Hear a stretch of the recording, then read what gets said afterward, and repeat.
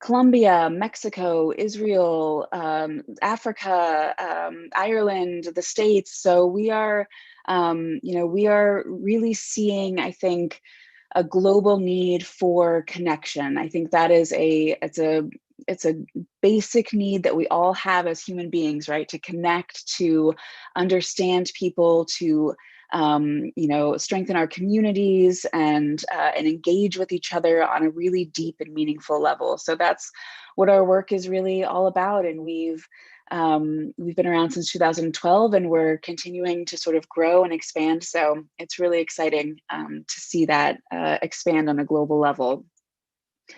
And the story exchange itself, which is, as I said, our sort of core, our foundation of the work that we do, it works. It's actually pretty simple if you boil it down to it. So a group comes together, much like this group, or a group in a school, in a community organization, and they're given prompts usually beforehand. So a question or idea that will strike some sort of story from their own personal life for them to share. We often, or I should say always, give sort of this context, this background about what Narrative 4 is, why we're doing the story exchange, and often we'll have our facilitators model the exchange. I don't think we're gonna do that tonight, but I think you'll be able to pick it up pretty quickly. And then participants from the group are paired off. So you'll experience that this evening, where you will be paired with someone. They share a personal story from their life, and their partner, while one partner is sharing, the other is practicing what we call active listening or deep listening. So this is a really important part of the connection, is that you are fully present in the moment. You are fully listening to your partner's story. You're not interrupting, you're not asking questions, you're not, very importantly, making judgments or inserting your own kind of preconceived ideas into the story. It is a true, it's really kind of an art form to practice this deep listening and be fully present in the moment with your partner as they share this story. And then the pairs switch, obviously, so each partner gets a chance to share their story. And then you come back together in a group, either the large group, or depending on the size of a group, it can be in smaller groups. And each pair then retells their partner's story in the first person. So this is a practice, it's called perspective taking, where you're literally putting yourself in someone else's shoes, right? You're telling a story as if you were that person, as if you experienced that story. So if Lee and I had been paired up in an exchange, I would start by sharing and saying, "Hi, my name is Lee," and I would tell Lee's story from the first person as though it had happened to me. And this process is all guided by a facilitator, and there's an opportunity for reflection and debriefing afterward, to ensure that everyone is able to process and feel supported and respected and safe in the room. And so that's how the story exchange works, and that is really the core of what we do, and it expands out from there. And I think we have, a great short video, I promise, to kind of give an example of what that looks like. So I think, Louise, you can hit play whenever you're ready. Or Lee, sorry, forgot who was sharing for a second.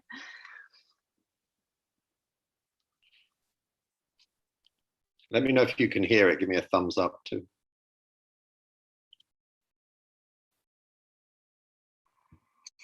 Hey, my name's Jose. How's it going?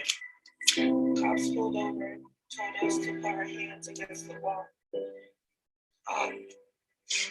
The cops started to search us for drugs and guns. I come from a very religious background. My parents are Christian. A girl was saying that she liked me. This whole story exchange phenomenon is about empathy. It's about putting yourself in somebody else's life, their story, their shoes for a minute. And without prejudice, we have to walk in those shoes and try to remain as open-minded as we can. Me and her were more than just friends. Everyone in here is courageous to tell a story. Everybody was fighting. This kid, I said I was going to be the same. So we can just just go randomly. We don't have to go in any order. And then lunch comes, and there's a girl in my seat, and she gave me a love letter. All that's in my head is, I'm hungry and I need my seat.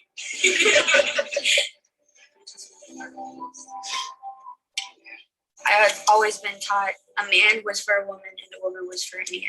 But when I was around 14 or 15, I started getting feelings for another girl.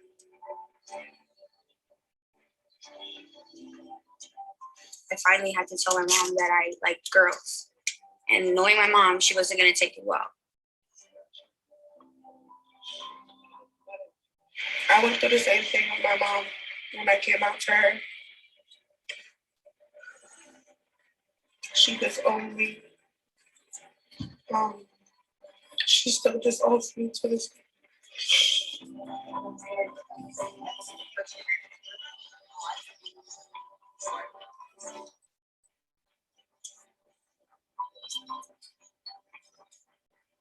You're just going up and up and up, not down, not hitting rock bottom. You're climbing up. You're becoming a star. Everybody's becoming a star. That's what I see with everybody's story.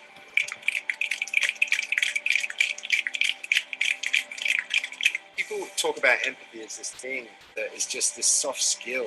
There's nothing soft about it. It's really muscular, and this is one of the bravest story exchanges I've ever witnessed. We've gotten a lot closer with a lot of our classmates, and we talk to each other, and we've been growing since that day.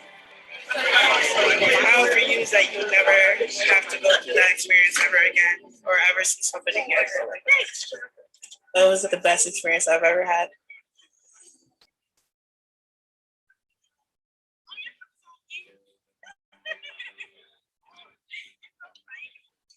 Hey, my name's Jose.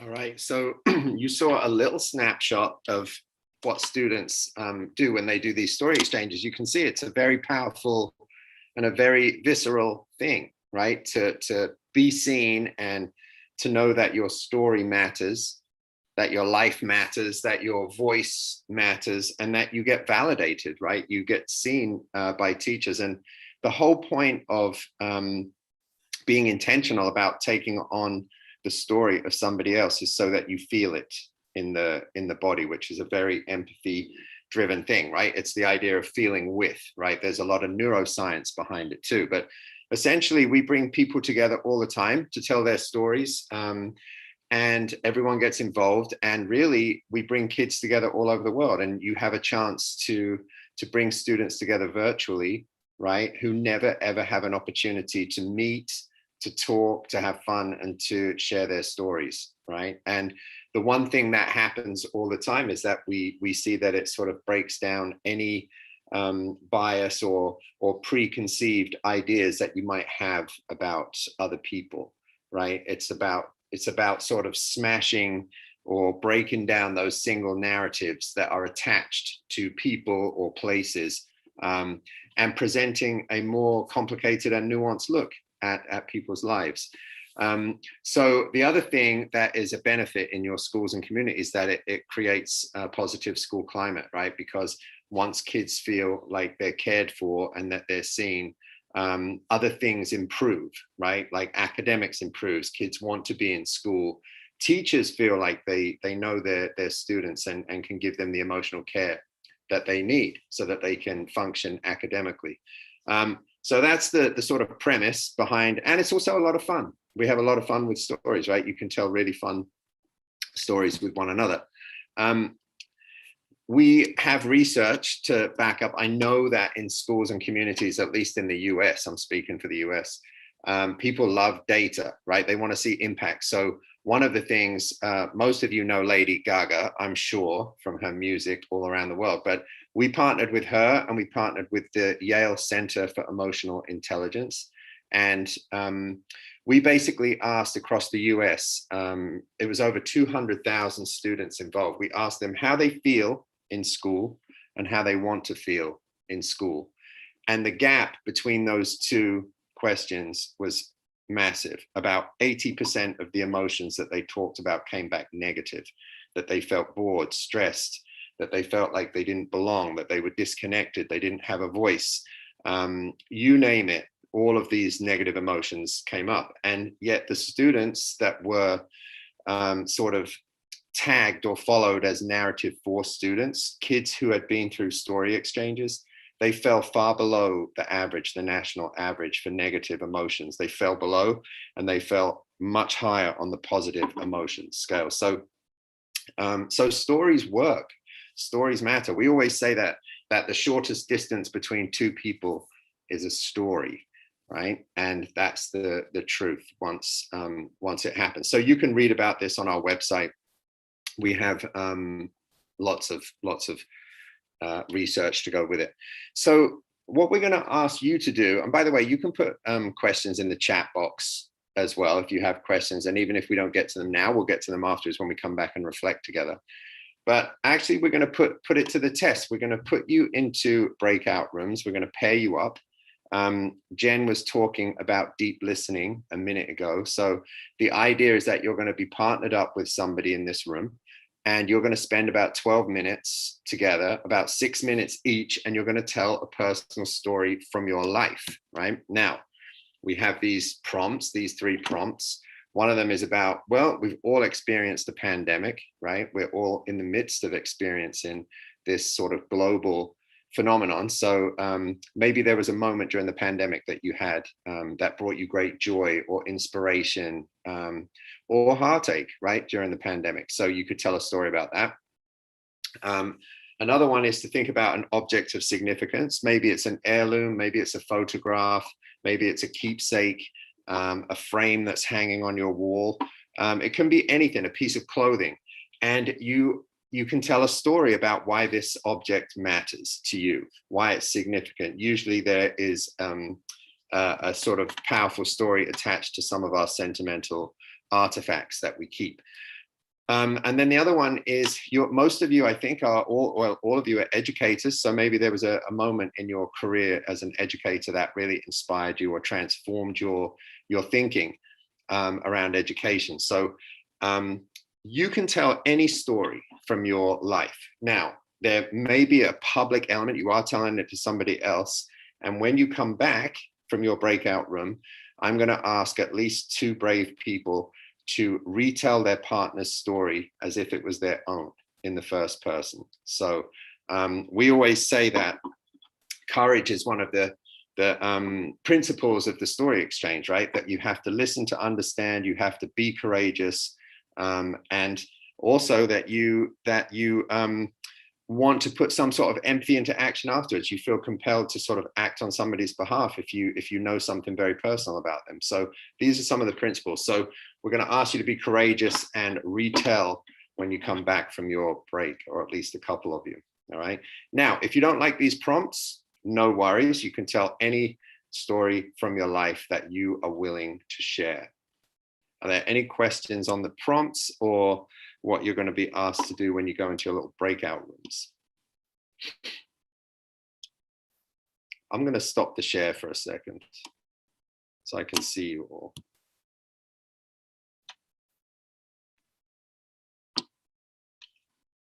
Let me see the chat box here.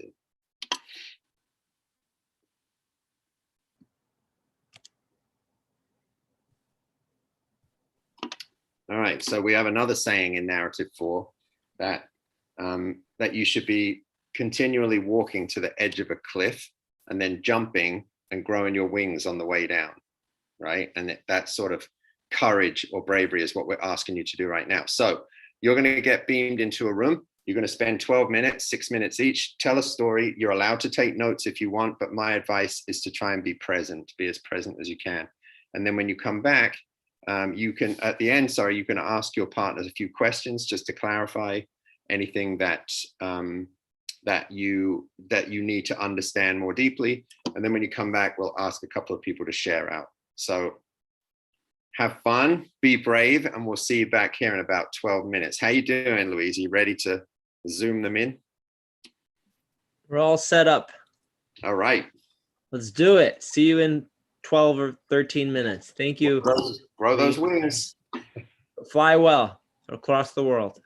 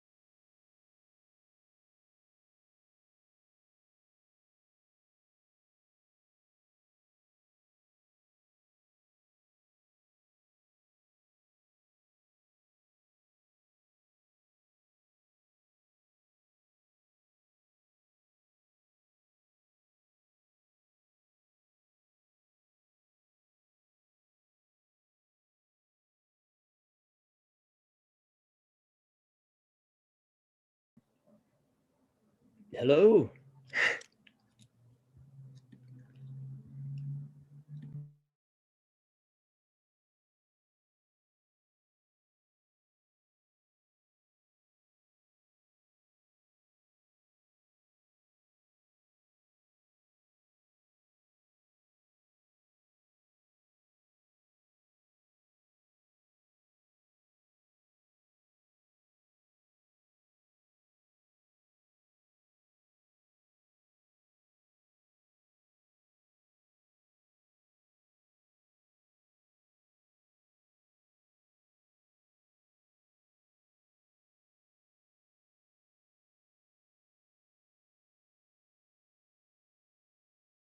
I totally hear you.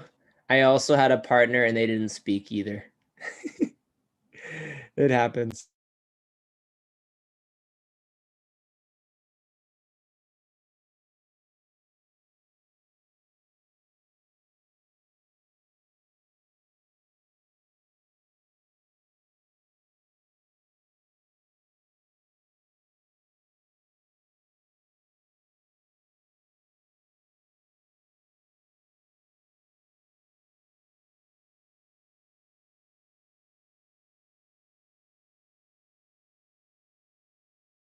Hi, Jen.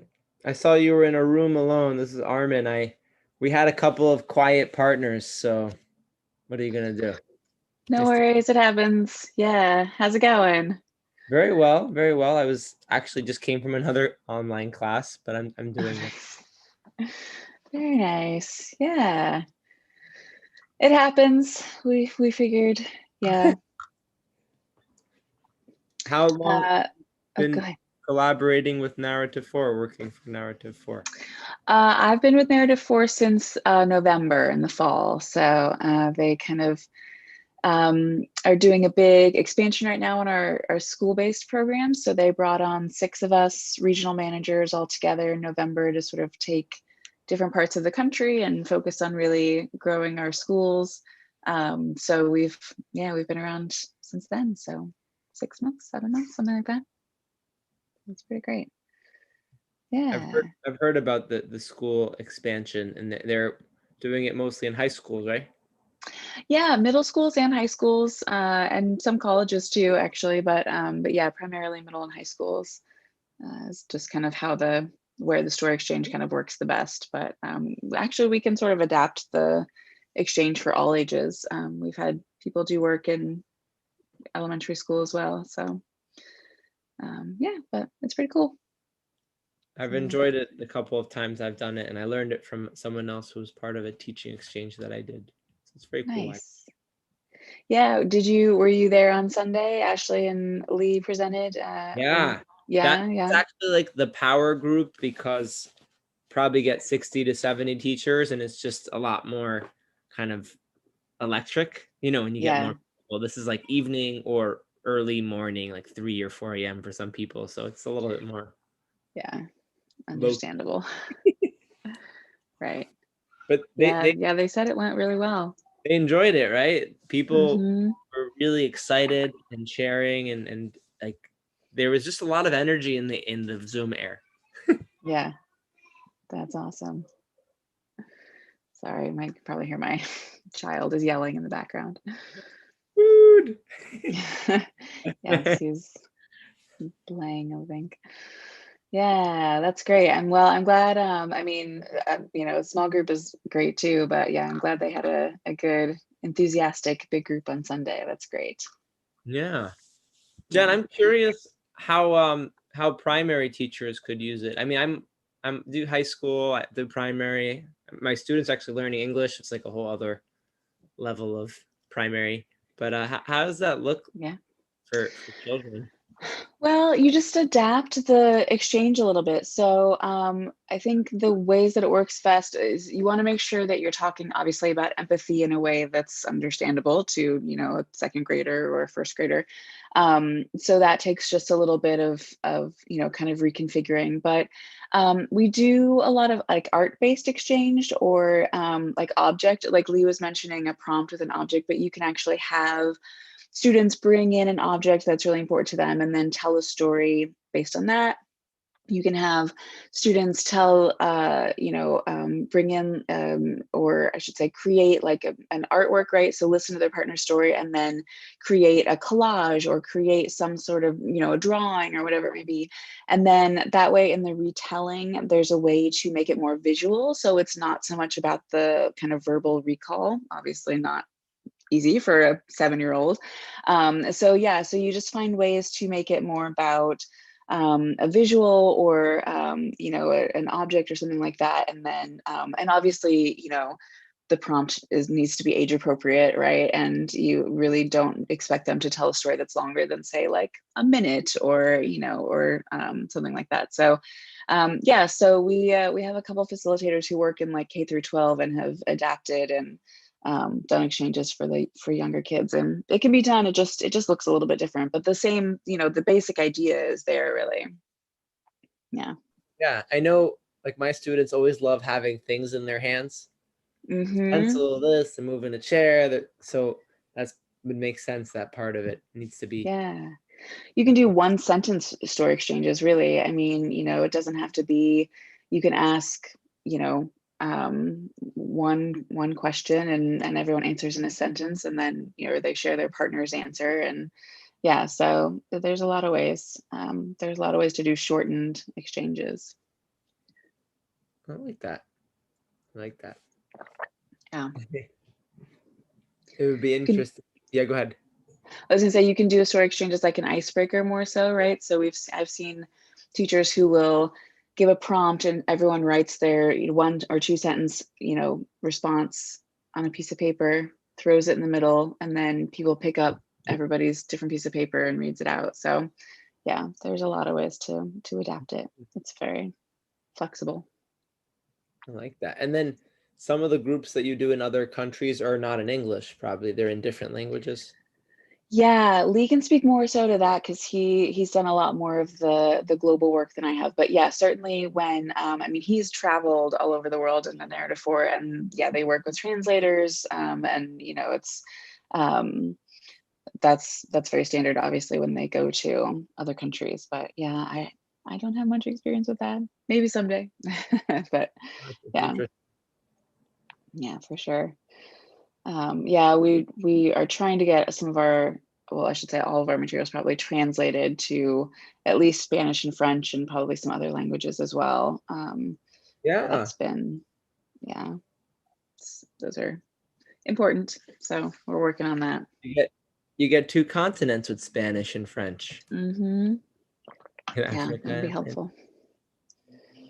Yeah. Plus, in the US, like Spanish is such a popular language. Like you really, I mean, I'm sure that you've also encountered exchanges where students were much more comfortable in another language, even in America. And I would imagine maybe you could partner them up in their own language, because someone told me you could even have multiple languages in an exchange. Sure. Yeah, as long as your pairs, can communicate, and then I think Lee has talked about having exchanges where pairs, at least some people in an exchange shared out in a language that not everyone spoke. So that certainly has happened. I know there's been discussions about, I don't know if it's actually happened, of having like different language classes do exchanges. So even as a way to practice, a Spanish class at this high school with a school in Mexico, or, French Canadian class with a French class in the States, or something, vice versa. So I could help set that up. You probably have a lot more contacts than me, but I help a lot of teachers connect with each other. So I enjoy doing that. Yeah, I mean, anything international is kind of in Lee's wheelhouse as well. But yeah, absolutely. We're always looking for connections. So I mean, even these teachers, a lot of them are from around the world, and I mean, they are English teachers, but they probably have a lot of students that are comfortable in other languages. Yeah, absolutely. I think people are coming back. Hey, everybody. Welcome back.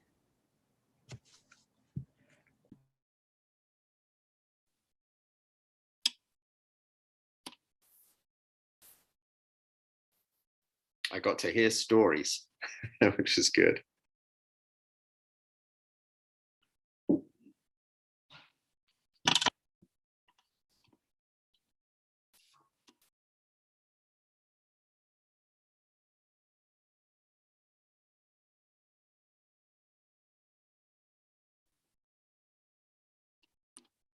Hi, Juliana. Hello, Jacqueline.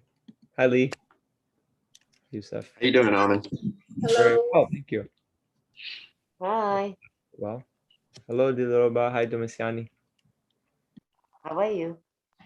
Very well. A bit tired, but well. That's good.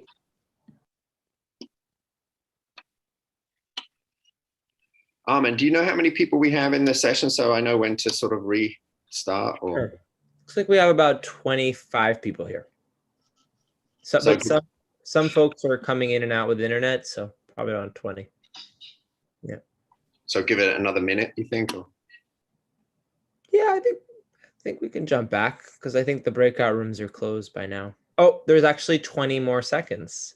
The breakout rooms are not closed. They're still, narrative. Looks like you've got 4 people still in a breakout room. So I don't want to leave. I like your backdrop, Armin. I swear, I'm sorry. I swear I saw 30 seconds and then I left the meeting. I was kicked out. Oh. And then I came back. I'm sorry. You weren't the only one kicked out. Don't worry. And there's worse things you could be kicked out of. So.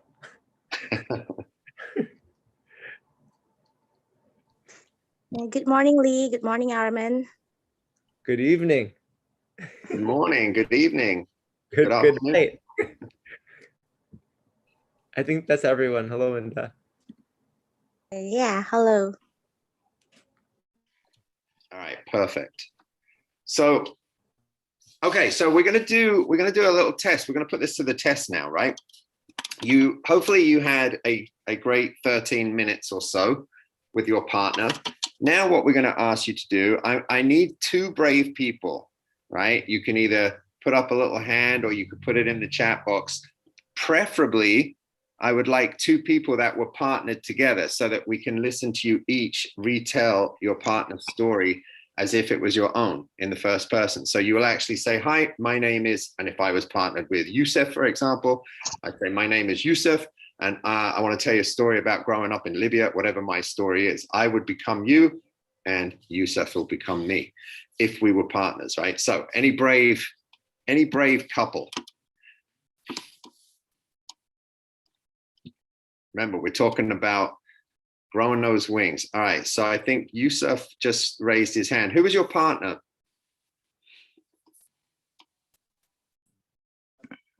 Dominiciani was my partner. Dominiciana. So now you put your hand up. I could barely see your hand because your wallpaper is the same color as your hand. It looked like the same. Domiciana, is that okay with you if you both retell each other's stories in front of everybody? Yes, it's okay. All right, perfect. So which one of you would like to go first? And I'm going to ask you to use your partner's name and then speak in the I. Okay. Shall I go first again? Yes. Okay. Hello, everyone. I'm Dominiciani from Brazil. I'm originally a Portuguese teacher.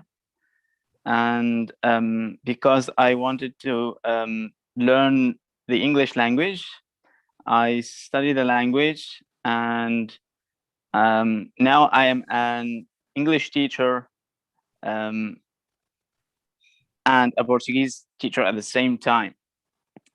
I feel this is good because this helps me much with my students, and this gives me the chance to work with my students on different projects, and sometimes we go out and do some project work, and I find this very helpful and challenging at the same time. Well, Yeah, you're right. yeah, I don't know how I am doing, but I feel I'm losing the flow of thoughts. You're doing great, Yusuf. We're going to come back and reflect on it in a minute, okay? So Okay. Hold that thought. But now it's Domiciani's turn. Okay, I will do my best. Okay. Hello, my name is Youssef. I'm from Libya. So my father was a teacher, math teacher. So I didn't want to be a teacher. Many math teachers. So, but when I started to learn language, I could realize how wonderful it is to be a teacher. And so I have been teaching for almost 10 years at the university, and it's good. I teach adults, and I have experience teaching children and teenagers once or twice, but now I teach adults and I like to do that. I think it is the kind of summary of the story.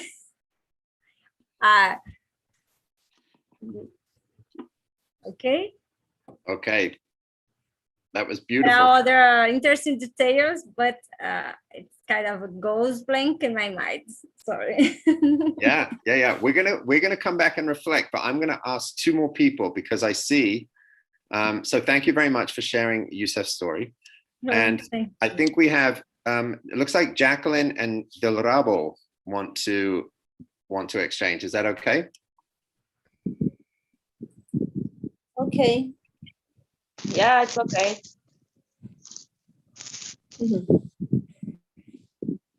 Jacqueline, you may start. Yes, sure. I'm the Rabo, and I live in China. And when the pandemic started in 2020, it was very shocking to me because I didn't know anything about what was happening. And I got COVID at this time. And I went to the hospital and I stayed there for some days. And I didn't know if I would live or die because we didn't know anything about it. And my children had to stay with my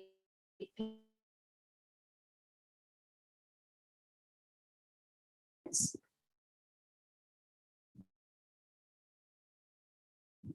And was better. And okay, when I came back to my family, to my house, I started to see life in a different way. I could see life as a gift. And I can say that now I live better my life because, yes, that's it. That's the message. Life is a gift given from God. That's it. I hope I can tell the story well. Thank you, Jacqueline. Thank you.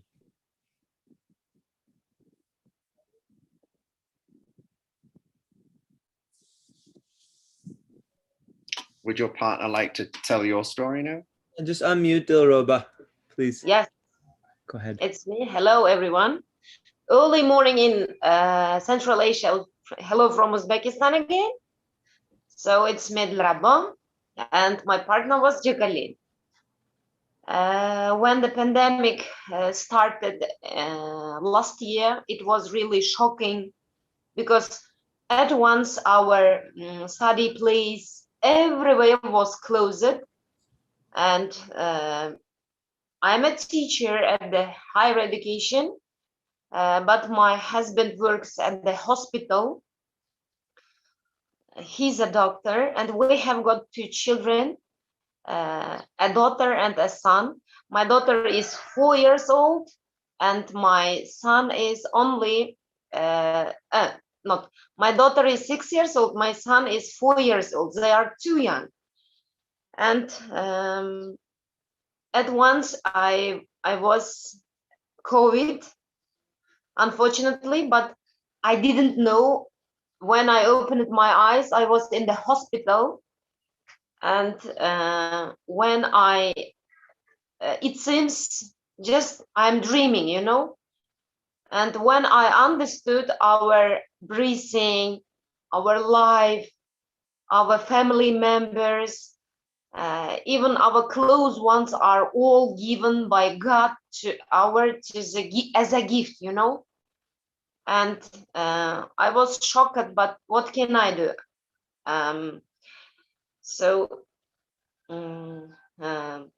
My husband is a doctor, as I mentioned, and it's normal. So we can meet only 15 days a month.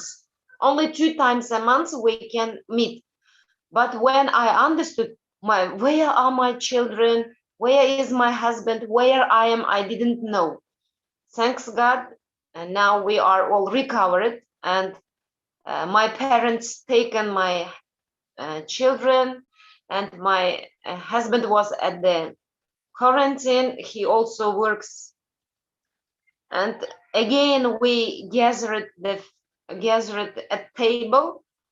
I understood that this is also present. This is also a gift from God. That thanks God, now we are all together. I recovered from illness. Now it's okay. Everything is okay. This is my story, I think.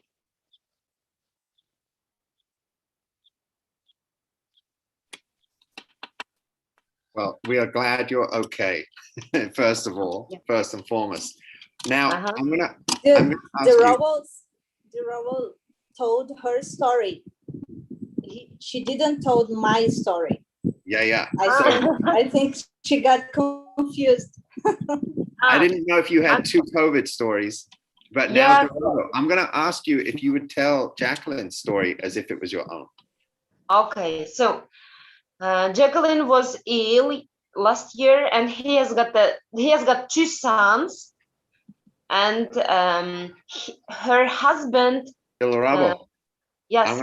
I'm gonna ask you to do one more thing, okay? I want you to tell the story in the I. So you're Jacqueline. That's okay. Yeah. I didn't understand you. That's okay. So, I'm Jacqueline, and from Brazil, and I have got two sons. When I was COVID, my husband looked after my sons, and we have got a cute pet as well, and we like animals. Now, thanks God, everything is okay. When pandemic started, I was really shocked, but now everything is okay with my family, and I understood our life is given as a present from God. That's it. Thank you. All right, so first of all, thank you, Dilrabu, Jacqueline, Yusuf, and Domiciana, right? Thank you so much for being brave and sharing your stories. I'm gonna ask you some questions that I want you all to reflect on, but just for the first couple of minutes, I just want the 4 people that retold stories to reflect, and then I'm gonna open it up to everybody to tell us a little bit about their experience, okay? So my first question is really, what's it like to have to tell your story to somebody that you don't know, right? And the second question is really, what's it like to hear your story told back by somebody else? And that's open to any one of you that just shared. So you're just going to talk about your experience. What was your experience like telling somebody else's story?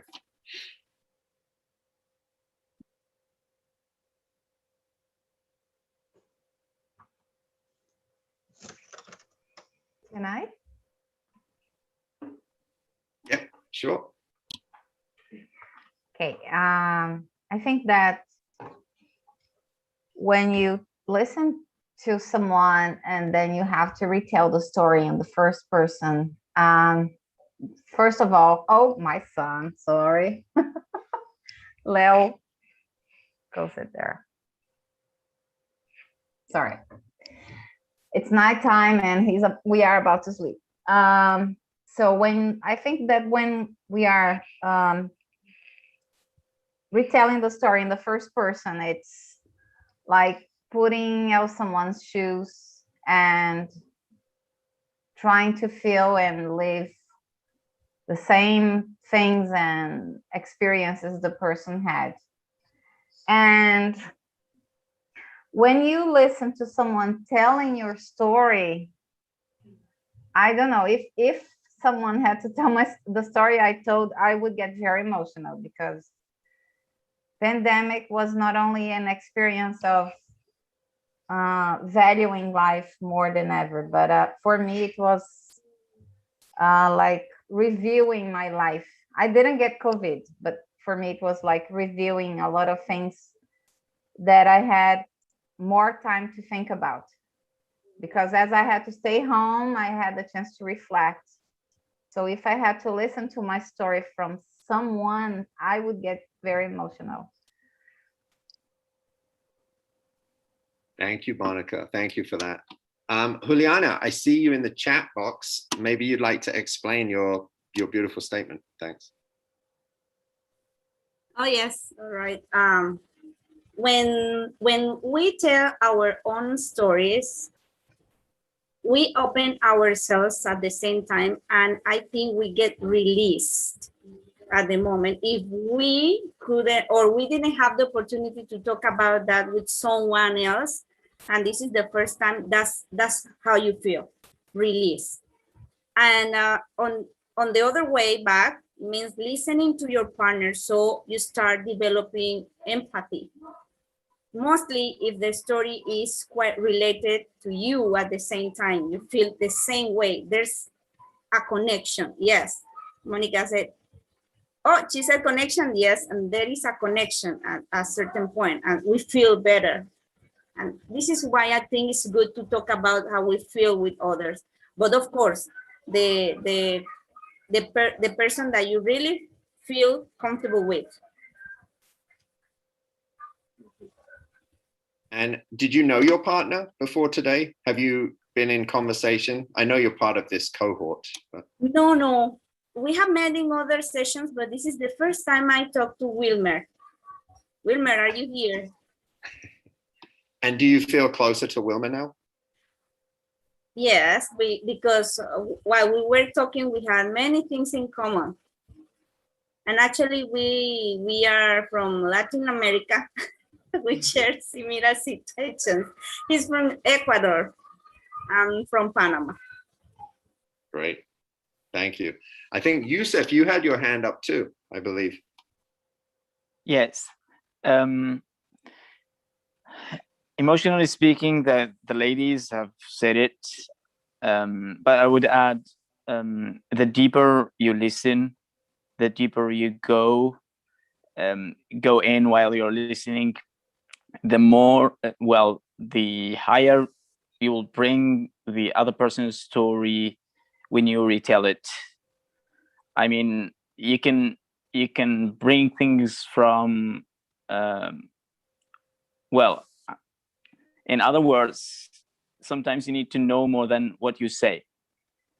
So while you're listening, you don't have the time to learn everything about the story, all of the details, and to do your best when you're telling it, you have to listen deeply, listen carefully, feel it, live it. Yes. When I listen to Dominiciani retelling my story, I really felt like if she have lived the same situation, like it was her story, someone else who had the same story as mine. I felt like we've shared similar experiences. Yes, thank you. Thank you, Yusuf. That's the beauty of the story exchange and empathy, is that you regard, it doesn't matter where you're from, or what color your hair, or what socioeconomic place you're from, or nothing. People, emotions are about feelings, right? And we can feel with other people. So regardless of where you're from, we can connect with people all the time, and we do it with students all of the time, right? They find many more similarities than they do dissimilarities. So I'm looking to see if anyone else has their hands up. But Jacqueline, I know that you were here on Sunday too, so you had 2 occasions to do this, right? Would you like to share? Pro. Yeah. Yes, I was on Sunday, and my partner is not here now. My Sunday's partner is not here now. But, I think sharing stories is the way that we can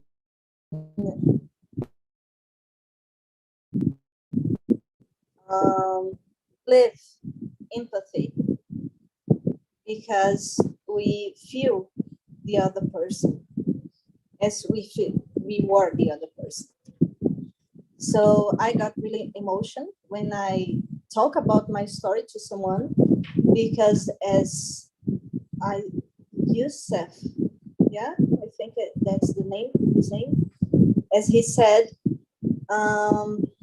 we live again that moment.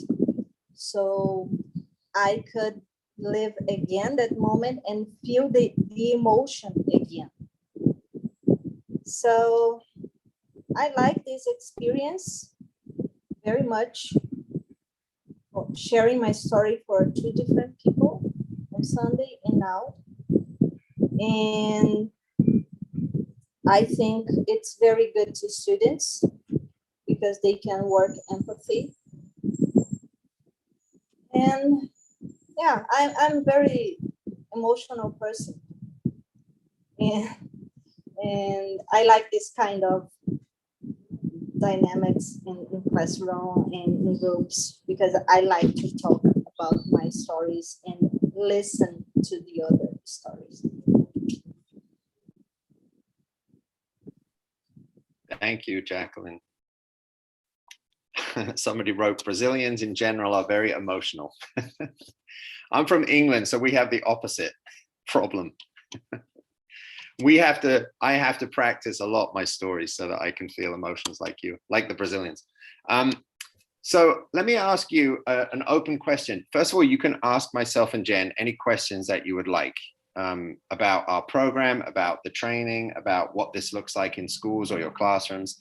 But I also want to ask you what you think. How do you think your students would handle this? Do you think they would be excited? Do you think they would be nervous? What do you think? Maybe you could give me some insight.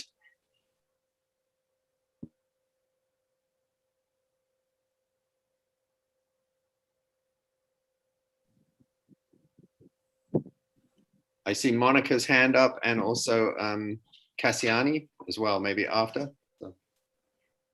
Cassiani first, she didn't talk yet. All right, Cassiani, you have the mic. Okay. Hi, good evening. I'm also from Brazil. And I think that for the youngest kids, it's easier to speak about themselves. But I think teenagers and older students, I think it's more complicated for them. I think, I have this impression. I don't know. Why do you think that is? Why do you think about teenagers? Because teenagers, they are in a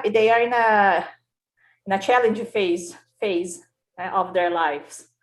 I think they don't like to exposure themselves. Yeah, maybe for a teacher, they can come and look for us privately, but not in an open class. I don't know, maybe I'm saying something wrong, but I have this impression. I have a teenager son, so also I can see this.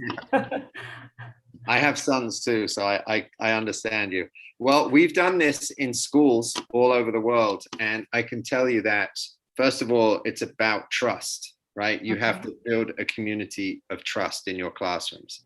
So you have to work on that. And we have resources that help with that.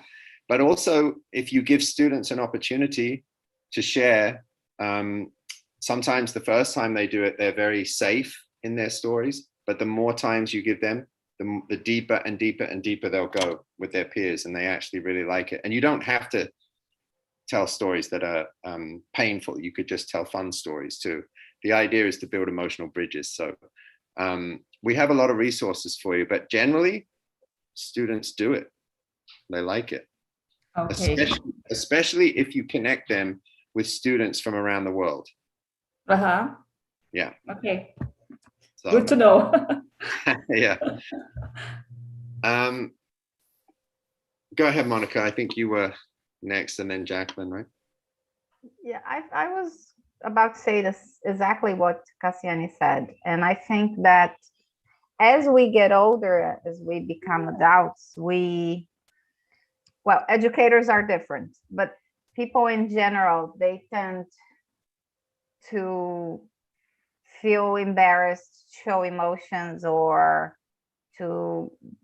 they start living like in a cluster and they have problems to wear someone else's shoes and see from a different point of view. And that's what the world is facing now. There's a lot of hate speech, and people are not ready yet for a fair debate. Like, people don't know how to debate things without disrespecting the other person points of view. And that's something that humanity still needs to learn a lot. Monica, we have brought very difficult groups together to do the story exchange. We have students from, in the US, we have students from red states, blue states, you know. We have people that are pro-guns, anti-guns. We have, you know, you name it, we've brought people together to do this. And there's a saying, there's a writer over in the US he's not around anymore, but James Baldwin. I don't know if you ever heard of James Baldwin, but he said it's much harder to hate somebody close up.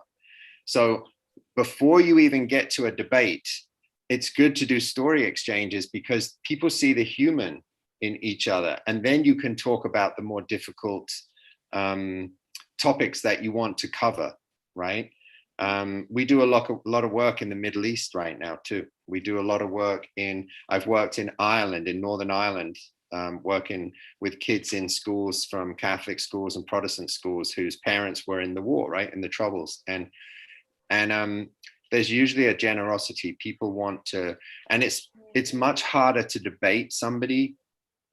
You can't debate somebody's true story, right? How do you debate a true story from somebody? You can't. So it's really good to share and for people to listen and get perspective, you know. Jacqueline. Yeah, I would say that when I want to listen to my students and I see that they don't want to talk, I start to talk my story to them. So sometimes they see some similarities between my stories and their stories. And they can see that, yeah, that my teacher is a human like me. Yeah, she was left by her father as me. I have just my mother with me, just as my teacher. So I think one strategy to make the students talk is start talking, the teacher talking about his or her own story. That's one thing that I do with my students, and it works because sometimes depends on the class. I have the necessity to know my students. I can identify some problems and I need to know them. So I started to talk to them about my stories because I need to listen to their stories, and maybe sometimes I listen about problems and family problems and something very hard, and I can talk to the principal or any person in school to help that student. So sometimes it's necessary to make the students talk. And I use that strategy. Well, your instinct is correct, Jacqueline, because it's very good for the teacher to model the behavior, right? I'm looking in the chat box and people are saying that it's good to tell your stories because students have to see you as a human being too, and a human being that cares, right? So students will, you can model the behavior that you want your students to engage with. And that's the beauty of teaching, that you get to do that every day, right? You get to tell a short story every day with your students and practice with them. You should always do a story exchange alongside your students. Don't just make them do it. So I'm looking here in the chat box quickly, but feel free to unmute. People can ask us questions. Jen and I have a lot of information if you need it. You have all the wisdom in this room though, I can tell.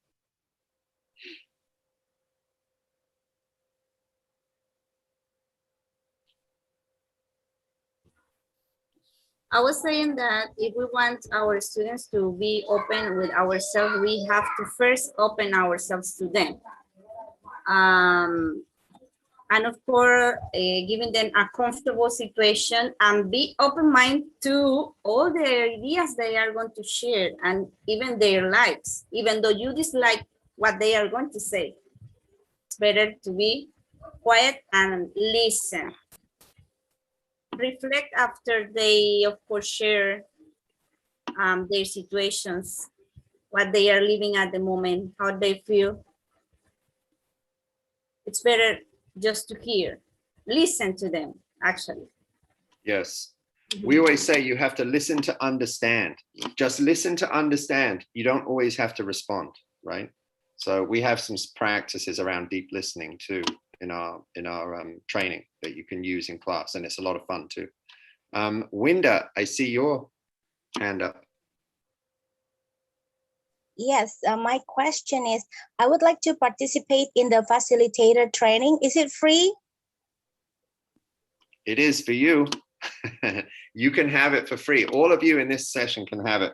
My good friend Armin and Louise, I was so impressed by this team of teachers that we want you to get trained so that you feel supported, that you and have the resources to run story exchanges in your classroom first. Somebody put in the chat box about doing it in English. You do not have to do story exchanges in English. You can do it in your own language with your students.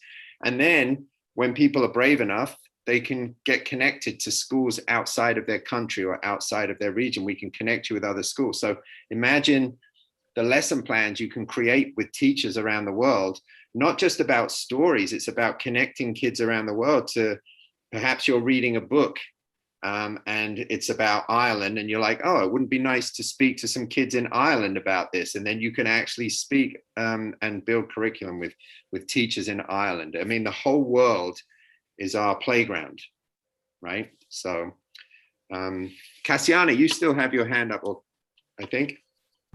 No, again, I raised my hand.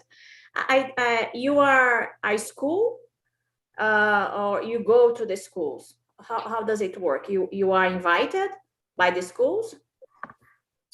Yeah, it's both. It's we get invited. We run trainings online. We run live events we run live events every week that you can join for free, that people can join.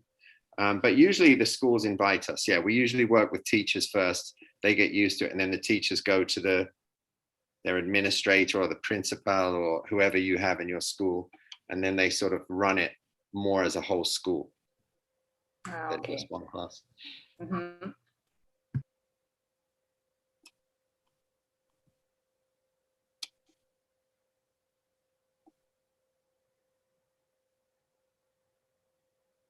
Other questions that you might have? Maybe you want to hear from Jen. I've been talking too much. Jen's sitting there all patiently looking. Oh, I think, yeah, I'm happy to answer questions, but Lee's really covered a lot. Yeah, we provide the training and the support, and then it's really on the teachers to implement in their classrooms and to build the relationships with their students and get that kind of culture of empathy going with the story exchange. Jen, there's a question about narrative 4's name. Oh, I can't believe this is what you're giving me. So I know it is multi-pronged, but actually I have to punt it. I'm so embarrassed. I have to punt it back to Lee because I am still a newbie and Lee's been around a long time. So he knows the answer to this. I'll answer it. Well, it depends. First of all, the answer is different depending on who you ask and at what time of day or night you're asking them, right? That's the first. But narrative 4 is the essence of narrative 4 is it can be a narrative for anything. So it's a play on the number 4 and the word FOR, right? A narrative for peace, a narrative for love, a narrative for justice, a narrative for your school, right? A narrative for global education, whatever the narrative is. The other thing is that there's the number 4 is very important to us because there's 4 pillars, right? And we always say that that part of the principles of storytelling is that you have to be curious. Curiosity is an amazing leadership skill, right? You have to listen to understand. So deep listening is an important skill, right?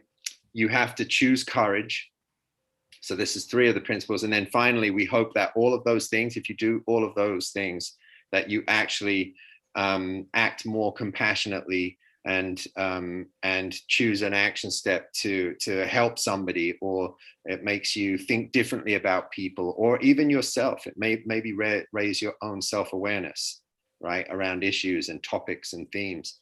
So it's sort of multiple. And the other thing we tell students is the number 4 is, that your voice, your stories, your and your life, right, and your actions, they all matter.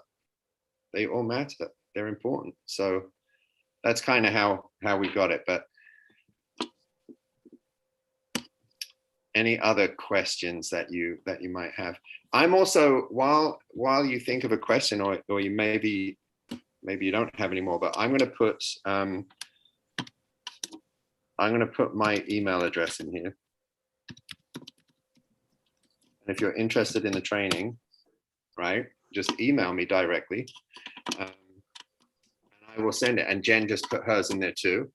The training is online right now, so it's asynchronous. So you can start it whenever. You can start it when you want, and it takes about 4. The first thing to do is to participate in a story exchange, right? An actual story exchange with people. It takes 2 hours, right, from start to finish, and we post them every week. If you go to our website, Jen can put the details while I talk. If you go to narrative4.com, you can click on live events and join any virtual exchange that we have and experience the magic for yourself. It'll actually be a real story exchange with people from all over the world that you've never met, right? Then the idea is you do the training, which is about 3.5, 4 hours, and you can stop and start and do it on your own time. And then there are other free workshops you can take after that too. The training usually costs $100, but we're gonna give it to you for free. So just because I'm feeling very good and generous, and you're a good-looking global crew of educators, and that makes me happy. So yeah, you should do it. You should do the training. Lee and Jen, can I ask a question based on what Winda was saying? It's just what Winda said. She said, some of my students are, beginning to learn English. And I was also talking about it with Jen. What are some ways that, beginning English speakers could use this approach? Like, how could the teachers apply this with lower levels, simpler topics, maybe reviewing vocabulary? But I'm not sure how you'd recommend it, because a lot of the teachers here have varied levels of English in their classes. So maybe either of you can touch upon that for us. It's the question of Winda. I'm not taking credit for it. It's Winda. Yeah. Jen, do you want to go for that? Or you want me to say a few things? Well, I can start and then you can fill in. But I would just say that the story exchange is really flexible, and it can be adapted to it can be adapted to different ages. It can be adapted to different subjects, right? So based on the prompts or the type of exchange you're doing, you can do it for a lot of different different audiences. So Armin, we talked about a little bit while people were in the breakout room about doing like an object exchange, right? So having some students bring in an object, and it's a little easier to maybe tell us a shorter story around an object than having to remember, you know, a really long or kind of verbal recall or think of extensive vocab, or doing one sentence exchanges, you know, getting a prompt where there's really just one sentence or two sentences that students are exchanging, you know, doing exchanges around art or music, things like that can help kind of alleviate that need for either a lot of vocab or a lot of verbal recall. And so and that works well to adapt for different ages as well, but I'm sure Lee also has some other suggestions too. Yeah, there's a lot of ways to do it. And one way too is that when we bring schools together, for example, we have translators, so people can do it in their own language, right? And we have translators that will come in and sometimes tell the essence of the story from their partner. So their partner will tell a story, and then somebody will help them sort of build the story. And it's not about capturing every single fact in the story. It's about the essence of the story. And empathy is not just about the story. It's about when the students first meet, right? Or in the room, it's when they first look at each other and have to say one sentence. It's when they can draw a piece of artwork based on their friend's story, or do a collage or something. It's not always spoken. It doesn't always have to be oral storytelling. So music is a good one. Music is really good. Everyone has a favorite song. You can play a song and then add 2-3 sentences story to it and tell your partner. You can have a lot of fun building connections that way.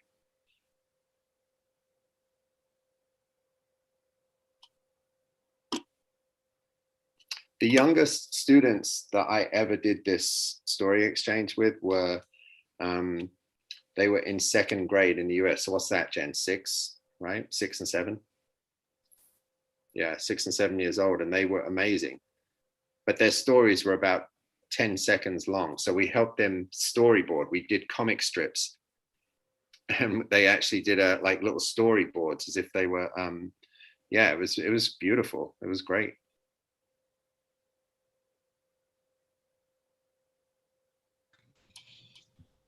Does anyone have any other questions that they wanted to pose for Lee and Jen?